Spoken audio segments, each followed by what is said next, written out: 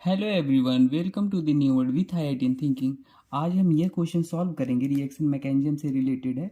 तो आपको रिएजेंट का भी आइडिया लगेगा और क्वेश्चन को कैसे अप्रोच करना है, हम ट्रिक टेक्निक भी देखेंगे। और ये जे एडवांस बेस्ड क्वेश्चन है, ठीक है।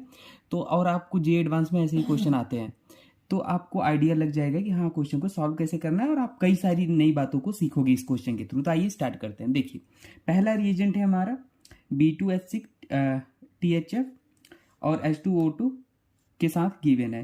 तो ये हाइड्रोबोरेशन ऑक्सीडेशन रिएक्शन होती है, ठीक है। अब कहोगे ये क्या होता है, तो ये डियर सिंपली कुछ नहीं करता।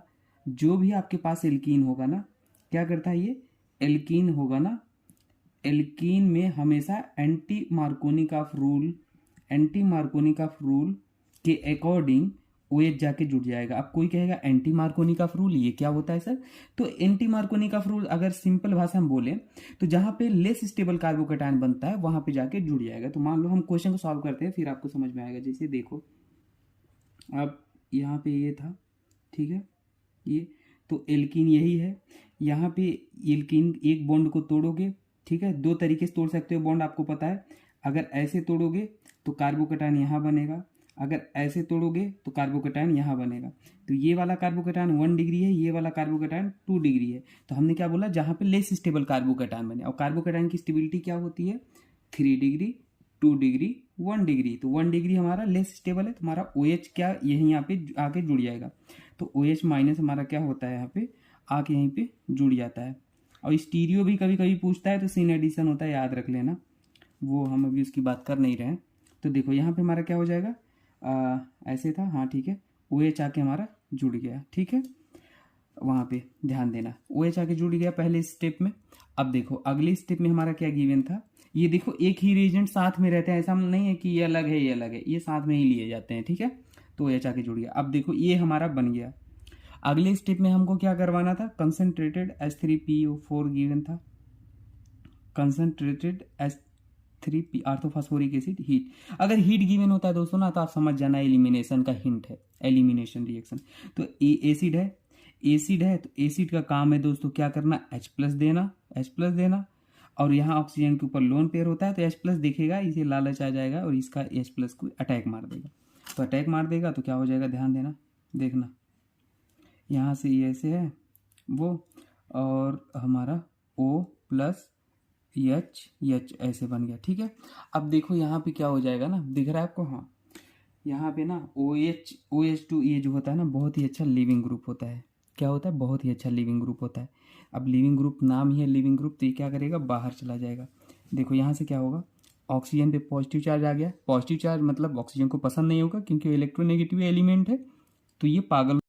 हाँ तो देखो दोस्तों, यहाँ पे OH2 जो है ना, ऑक्सीजन इलेक्ट्रोनेगेटिव एलिमेंट है, तो पॉजिटिव चार्ज इसे पसंद नहीं होगा, तो ये क्या कर लेगा, OH2 को बाहर निकाल लेगा। अब ये ऐसे बाहर निकाला तो यहाँ पे कार्बोकेटायन बन जाएगा, ध्यान देना, यहाँ पे बन गया कार्बोकेटायन, और ये ऐसे हो जाएगा, ठीक है, ये कार्बोकेटायन बन गया। अब कार्बोकेटायन बन गया तो देखो यहाँ पे क्या होता है, रीअरेंजमेंट कर लेगा, क्योंकि यहाँ पे हाइड्रोजन है। तो ये क्योंकि ये कार्बोकेटायन 1 डिग्री है, तो ये 1 to हाइड्राइड शिफ्ट हो जाएगा। देखो 1 2, तो 1 to hydride shift. Rearrangement chemistry में आपने पढ़े होगा, हमने जीओ में पढ़ा है। तो यहाँ पे कार्बोकेटायन आ जाता है, हाइड्रोजन उठ के यहाँ चला आता है। तो देखो अब क्यों होता है, क्योंकि स्टेबिलिटी अगर कभी भी गेन होती है ना, तो कार्बोकेटायन हमेशा रीअरेंज होना चाहेगा। तो यहाँ पे कार्बोकेटायन आ गया। अब देखो ये 2 डिग्री हो गया, 2 डिग्री ज़्यादा स्टेबल है, दिख रहा है।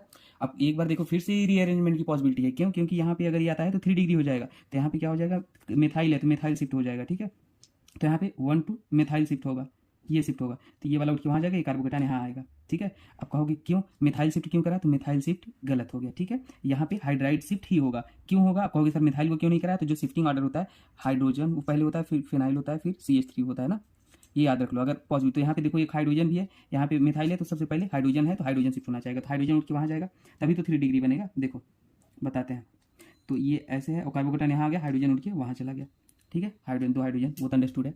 अब देखो ये कार्बोकेटायन 3 डिग्री है, और ज़्यादा स्टेबल हो गया, तो स्टेबिलिटी के लिए ही ये रीअरेंजमेंट होता है। अब अगली स्टेप में क्या होता है, यहाँ पे एलिमिनेशन, हीट गिवन था, तो हीट मतलब एलिमिनेशन। तो एलिमिनेशन देखो, एलिमिनेशन ये हाइड्रोजन भी यहाँ आ सकता है, ये हाइड्रोजन भी यहाँ आ सकता है, और यहाँ भी हाइड्रोजन है, तो ये हाइड्रोजन भी यहाँ जा सकता है। तो बात हम इस हाइड्रोजन के यहाँ ले जाएंगे, क्योंकि ये वाला ज़्यादा स्टेबल हमारा कंपाउंड देगा। क्यों देगा, देखो हम बताते हैं, वो भी समझा देंगे।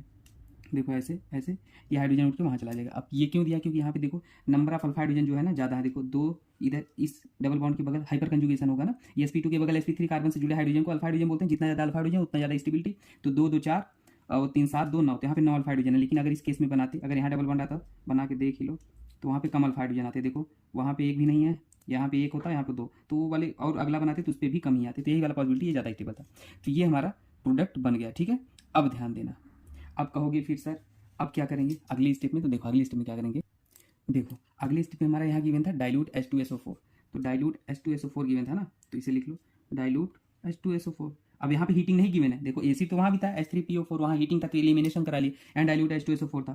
तो अब डाइल्यूट H2SO4 क्या करेगा, फिर इसका एसिड है, एसिड का काम है H+ देना। तो H+ फिर से ये बॉन्ड ऐसे भी टूट सकता है, ऐसे भी टूट सकता है। लेकिन अब यहाँ पे स्टेबल कार्बोकैटायन वाला लेंगे, क्योंकि यहाँ पे कोई भी हमारा हाइड्रोबोरेशन नहीं हो रहा है, नॉर्मल एसिड है। तो यहाँ पे हम यहाँ पे कार्बोकैटायन आएगा तो 3D कौन सा वाला स्टेबल बनेगा आप सोचो। यहाँ पे कार्बोकैटायन बना सकते हैं, यहाँ पे दोनों बना के देख लेते हैं, फिर आपको ज़्यादा बेहतर समझ में आएगा। देखो अगर हम एक कार्बोकैटायन यहाँ बना सकते हैं, और अगली पॉसिबिलिटी है एक कार्बोकैटायन हम यहाँ पे बना सकते हैं।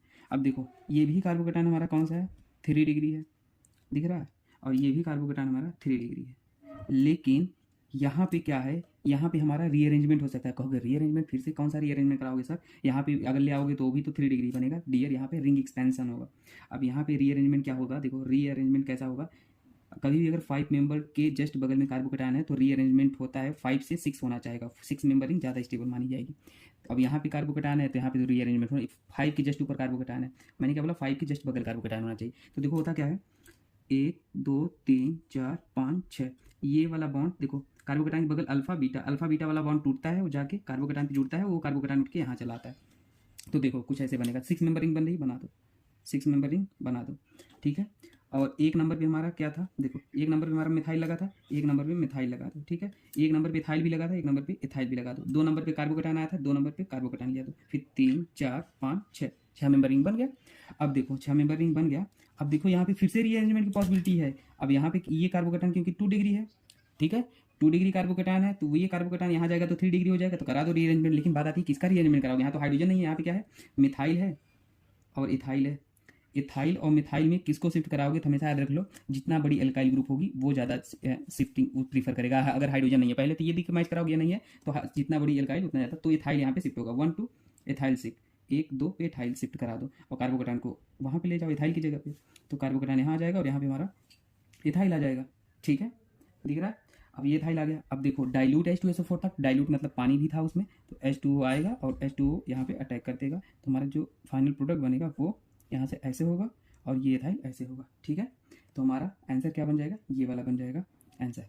दिख रहा है ये। अगर किसी कुछ डाउट होता है तो आप कमेंट सेक्शन में मुझसे पूछ लेना, बाकी मिलते हैं नेक्स्ट वीडियो में। ठीक है, याद रखना। और कॉन्सेप्ट ऑफ एरो क्या होता है, एरो का कॉन्सेप्ट अगर किसी को कुछ डाउट है तो वो भी हम आपको आप GOC लेक्चर हमने पढ़ाया है, वहाँ पे देख लेना, बहुत अच्छे से आपको पता चल जाएगा। इसी i18 थिंकिंग चैनल पे GOC देखना, 0 से एडवांस तक बताया है। किसी को ऑर्गेनिक नहीं समझ में आती तो पक्का आपको इंटरेस्ट आ जाएगा उसे देखने के बाद, आप ऑर्गेनिक केमिस्ट्री में इंटरेस्ट आने लगेगा तो आप उसे देख लेना। ठीक है, ओके दोस्तों, मिलता है नेक्स्ट वीडियो में। Thank you.